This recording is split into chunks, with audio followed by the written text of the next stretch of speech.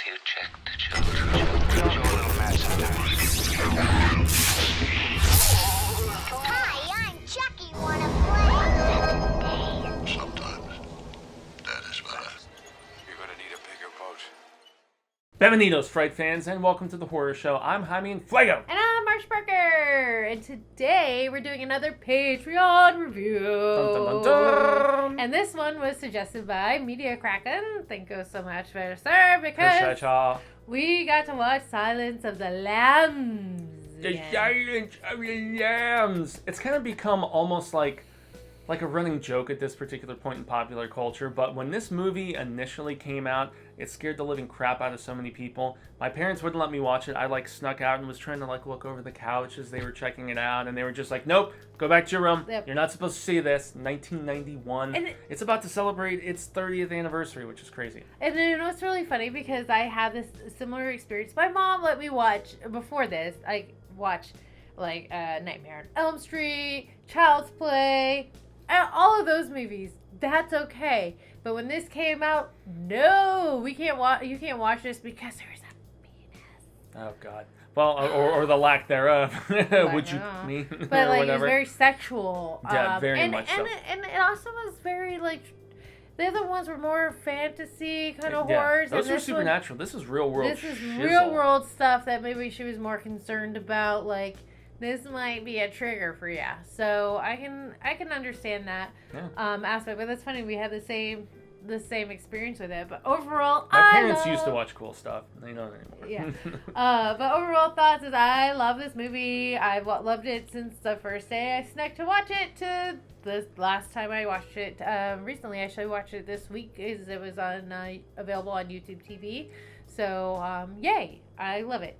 Yeah, this is one, ironically enough, that I didn't see enough to really have any sort of bearing or opinion when I was a kid, when I snuck a few peeks of Buffalo Bill and, Hannibal Lecter and whatever, Clarice. But I saw it when I was 16 or 17, and I was a little underwhelmed. I'm going to be honest. I did not find it, because there was so much of a hype machine behind this movie. This is one of the few films, along with One Flew Over the Cuckoo's Nest, and, man, there was another one. But it's one of three movies that at the Oscars won Best Picture, Best Director, Best Writing, Best Actor, Best Actress. Those five crucial, biggest sort of categories. There's only two other movies that have done that, one of which is One Flew Over. And I don't know, maybe I was just expecting more gore and more craziness, and because I was at that phase that I think Cecil is still in at this particular point, where unless it has that sort of grotesque just grandiosity, I'm not as into it. I rewatched this last week, and from a psychological standpoint, especially just the interplay between Anthony Hopkins and Jodie Foster in this, it's a fascinating film, and I can understand why it's some classify it as horror. I would still say more thriller than that, which is why it was able to win all those awards and get this sort of acclaim. But for something dealing with scary topics like this to win all of those awards, that says so much about the pedigree of this movie. Jonathan Demme directed the hell out of it. The performances are amazing. There's a reason why Anthony Hopkins reprised the role 2 more times, and why I suddenly feel like I want to read all the Thomas Harris novels after this revisit. So yeah, that's overall impressions. This film is beyond a classic, and I need to get a Criterion edition of it, because I don't own this movie, which I thought I did, but I guess I don't. So yeah.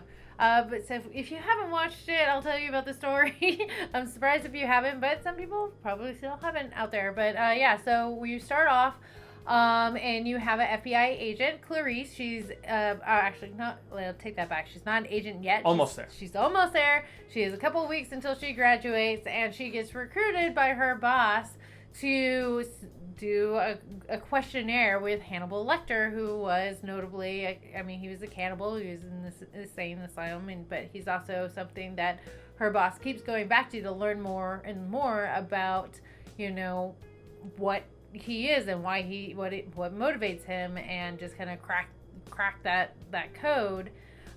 Meanwhile, there is a serial killer on the loose that is killing women and taking parts of their skin. So she tries to say, hey, are you, because Hannibal was a cannibal, and is there similarities? Is that why? And, whatever.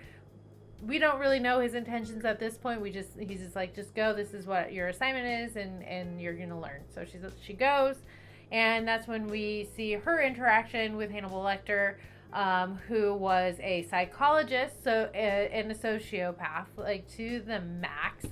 And so he no real empathy, but he's very curious of the human condition and how he can use it to get any sort of leverage that he can. So they play this cat and mouse game where she wants to get information from him because it's going to help her case. And he just wants somebody he can play with because that's kind of that's his jam. Yeah, he's been locked away for like 8 years down there with pretty much no interaction. This was the first time when he encounters Jodie Foster's Clarice, he hadn't seen a woman in like 8 years from what they were saying.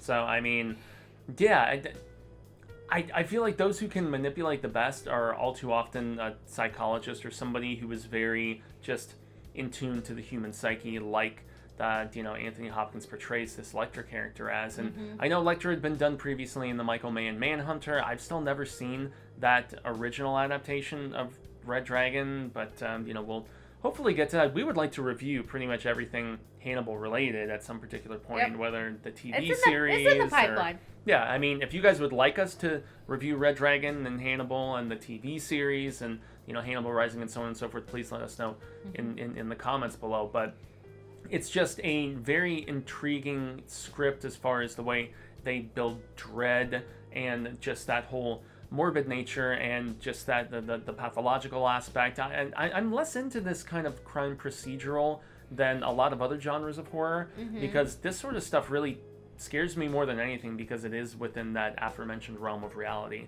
This stuff does really happen. I think Lecter's character was kind of based a little bit on that game, and maybe Dahmer, but I'm trying to remember if Dahmer was actually even working at that particular point. But nonetheless, the story does keep you guessing, and there just really the interaction as it is written between Foster and Hopkins characters, and him trying to just like sink his teeth and his proverbial imaginary fingers into her mind and manipulate and stuff. But it's also kind of a symbiotic situation because she needs his insight.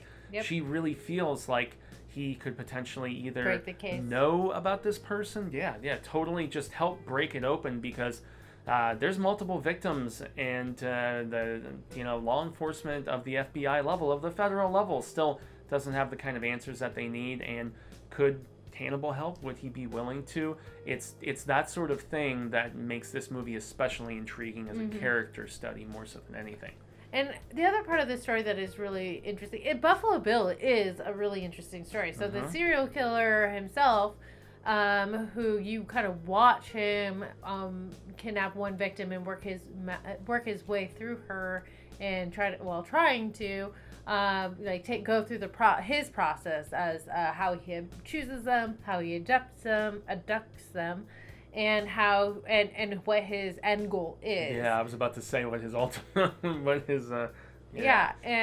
and so you get to see both sides. You get to see what's happening with the serial killer as you are experiencing the hunt from Jodie Foster, and also getting introduced to such a spectacular and amazing character, Hannibal, who branches off into a whole nother sector for himself. So there's a lot of moving parts to this story that if it wasn't executed correctly, it could just fall flat. And I think there's been reviews that we've done recently, just not like minutes ago, of the same where movies were trying to accomplish the same kind of things and did not work whatsoever. Were very disconnected. Pacing is so important. Oh my Pacing goodness. is very important, and building the tension, like we've said before. Letting the viewer in when they needed to be let in on certain things, and just really finding that connecting thread that leads you through the story. And Silence of the Lambs did it hands down, and I think that's why the story is so effective, and people are attracted to the lore and continues to come back to it. I'm a huge true crime serial killer.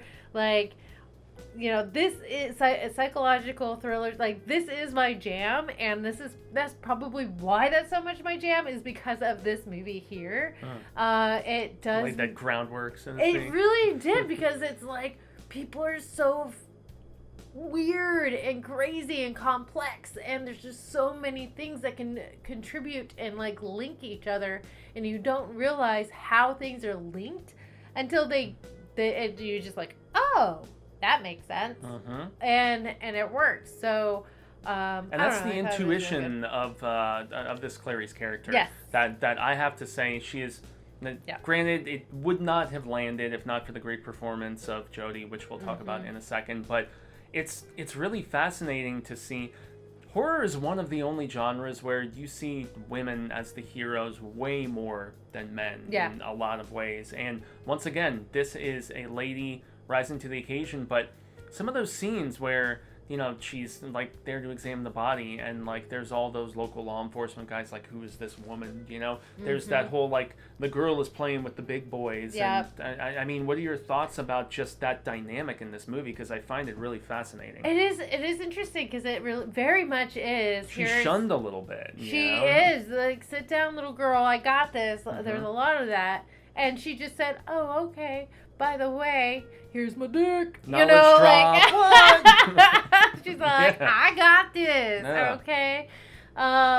So it is, and it is very much of the times too, because there's a lot. I mean, there's a lot of it going on now. But if you think about the Me Too movement and all that stuff, and how women were being treated, that in that time, in that era, like, it kind of comes out in this movie, because there's a lot of like women trying to rise above and reach their goals and their dreams, despite being just as capable, if not in her case more so, top of her class, all that stuff. They're like, don't worry, nobody will forget you. Sit down. You don't need to be here. We don't want to upset you. You know, like, I don't know if you can handle this, and then it comes, you know, like she rises above and she handles it professionally and just says, you know what, I got this, and a lot of this movement apparently, but it just shows how strong her character was too, because she's on a case where there are women being brutally murdered and like, you know, just mangled and all kinds of horrible stuff like that. And so for her to just, in the face of something that obviously would hit very close to home, you know, to persevere and be so strong is beyond impressive. One controversial topic I have to mention though is the character of Buffalo Bill and this like transparent sexuality, this almost like kind of a binary sort of situation, the sexual fluidity, gay, straight, somewhere in between, we don't really know. The LGBTQ community has said that they feel like this is a negative portrayal. I don't necessarily know if it is, because of the fact that I've had lots of my, you know, gay, queer, you know, everywhere in between friends say a murderer is a murderer, whether you're gay or straight, and or whatever in between. And so for that reason, you know, there was controversy about this, and I'm gonna, you know, go with what my friends said, and, you know, who are from that community, and say that, you know, a horrible person is gonna kill regardless. But I don't know, it was something that got this movie a little bit of flack when it first came out. I don't know if you want to expand upon that, or if I should just like let that be and what it is. But he's definitely a very scary villain in portrayal. As far as we're obviously getting into acting, you know, Hannibal Lecter and the performance of you know, none other than Sir Anthony is tremendous and won him an Oscar for good reason. But there's two villains in this, and there's a different sort of just more primordial, sinister nastiness to the Buffalo Bill character. And some of those scenes with him and the girl he kidnaps, you know, the lotion, and then like, these are iconic pop culture things that we laugh about now, you know, thanks to South Park, and various others. But I still found them very, very unsettling. He is a scary dude, and the fact that he would act like he's got this messed up arm to just kidnap girl in the first place, I mean, he is convincing in his unsettling nature. Yes. Like, where do I start? I know. Are we into the acting? It's an acting masterclass, man. Okay. I mean, No, like the whole thing is amazing. Between Anthony and Jodie Foster and I can't think of the Buffalo Bills actor's name. No, I can't either offhand. But he's amazing in everything he's done. He's been in so many things, but it was like they were made for this movie, or this movie was made for them. It just, the synergy between all the characters was perfect, and the relationship between Buffalo Bill and Catherine, I believe, is the kidnapped daughter of the mayor or governor or whatever of Tennessee. Mm-hmm. Like, even like her character, about her being struggling like in this bottom of a well and trying to survive and thinking tactically on how to do that and how to accomplish that. And then the bit with the dog, Precious. Yeah, it's like, come here, you little whatever. And then Buffalo Bill with his, like, his struggle within himself, and kind of tap in what you were talking about. Like, it's easy for me to say, somebody who is, I'm straight and I'm a girl and I am a girl. I feel like a girl, I am a girl, and I don't have these struggles myself, so it's easy for me to have an opinion. And I would think everybody should have their own opinion and how they feel. I don't want to discredit anybody, but I think it's really an important message of saying, like, he obviously felt that he wasn't able to be who he felt he needed to be, and he wanted to transform, and hence why he loves these caterpillars so much, is because they're able to transform into this beautiful butterfly, and he wanted to transform into a beautiful butterfly. He was uncomfortable in his own skin. Didn't know how to do it, so yeah, he's uncomfortable in his skin, so he wanted to wear somebody else's. Maybe not the best way to do it, but yeah. But that's basically what his struggle and his character arc was, and why his motivation. So it is very interesting. It's just, people are very interesting and they're motivated different ways. So I thought he did a fantastic job, and even up to the very end where he had to be stealth and he was like put on his little goggles, and he's like night vision. What? Yeah, and he's like playing that cat and mouse game with Jodie Foster, and she seems to be playing that in many different areas, whether it be she's playing kind of cat and mousey with her work and her colleagues, and so that she doesn't seem too, like, presumptuous, like trying to, like, I don't know, like she's trying to stay in her lane while also succeeding. That's a good way of putting it, actually. Because she didn't want to overstep her boundaries, but she knew she was capable and had every right to be on that case. Yep, and especially with its scope and scale. She was working the steps and doing what she could. She was playing with Hannibal. She and was able to be successful there as well. Like, that's pretty much what her role was doing the whole time. And Jodie does a fantastic job, like, carrying that struggle through whatever situation she is, and that confidence that she can do. She's just like, I just got to get one foot in front of the other and just keep going, and I'll get there. And it was really well done and well perceived. And then Anthony Hopkins, I'm going to say this because this will never leave me, because I still remember this whole, like, interview about how he was dating Martha Stewart at the time this movie came out. And after this movie came out, she dumped him because she couldn't stop visualizing him in this role. And I'm like, that is hilarious. That's the tough thing when you can't separate a person from a character they portrayed. Like, wow. Can you imagine just sitting on a Chianti and eating some, little hors d'oeuvres with, I can't do it. I'm sorry. I can't do it. I can't do it. Like, that's so funny. She's never cooked liver again. Like, I took that out of my recipe book. So yeah, I thought that just is a testament of how well he performed in this movie. So there's just so many different elements in this movie that makes it such one that still holds up. I believe it still holds up today. And we can go into, like, the set design and then the effects. There's not a lot of, like, special effects. Yeah, because it's not like a super gory movie, aside from, like, a couple autopsy scenes, and then the nose biting. The nose is the one. Yeah, the facelift. Yeah, that too. Yes, and you know what? As I was rewatching it, I'd forgotten about that bit, and I was just like, as it was all transpiring, I was like, oh yeah, and it's nice when you remember just the ingeniousness of how a particular character was written, but Yeah, there was the one guy all like kind of strung up and stuff, which Yep. is really nasty looking too.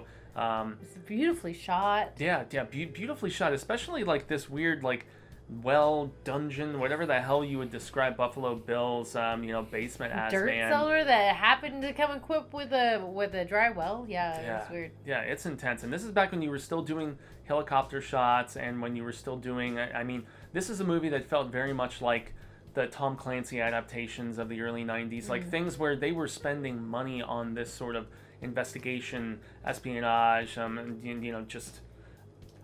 I feel like this sort of stuff is more relegated to TV now in comparison than it is, but which gives them the chance to actually, which is why we had the Hannibal TV series, I would imagine, because you can just more long form this sort of thing. But man, Dem's DP, it is it's an Asian gentleman whose name is unfortunately eluding me, but he shoots the hell out of this film as far as like with just some of his camera movements and the way that they just make you more on edge, and also the that finale where you're in the night vision segment, and just the dilapidated nastiness of his home and all the stuff with the bugs too, his weird like bug farm and everything. I mean, there's so much going on in this film. It was really not just an acting masterclass, as I mentioned earlier, but this was not a fluke like certain other movies like maybe Shakespeare in Love winning Best Picture. Like, there's a reason this movie like just hit the ball and then like hit the ground running and just won all those major categories, and why it is a modern classic about to see its 30-year anniversary, and it needs to be in my collection. Once again, I'm sad that it's not. It's gonna be there. Yeah, so thanks so much, Meter Kraken, for asking us to review this movie. I'm surprised revisit this movie. Well, we've never reviewed it before, so I'm glad that you asked us to watch it and be able to get this out on film, because oh man, like, it's such a joy to revisit. Like, I don't like, I'm like, in my back of my mind, I'm like, oh yeah, I love that movie, but there's just so much more happening that I never go back, and I'm glad I had an opportunity, and I would love to dive into the whole series, like all the different movies, I mean, that they had out. And the shows. I mean, Clarice is coming out, so I'm excited about that. February 12th, I think, is when it debuts. But yes, sometime in early February, CBS. Keep an eye out for it. Yeah. So any more of these, I'm happy. I'm thrilled to go through. So yeah, I actually appreciated this more than ever before. So that really says a lot. Yeah. So all right. Yeah, everybody. Well, thank you so much again, and thank you for watching. And if you want to become a Patreon member, make sure you click on the link below. You get to tell us what to watch and expand our minds, whether it be something we've already watched before or something we want to watch new. Like, we're happy to do, and we love doing these reviews. So tell us what to do. Please click on the link. Become our decision makers for us.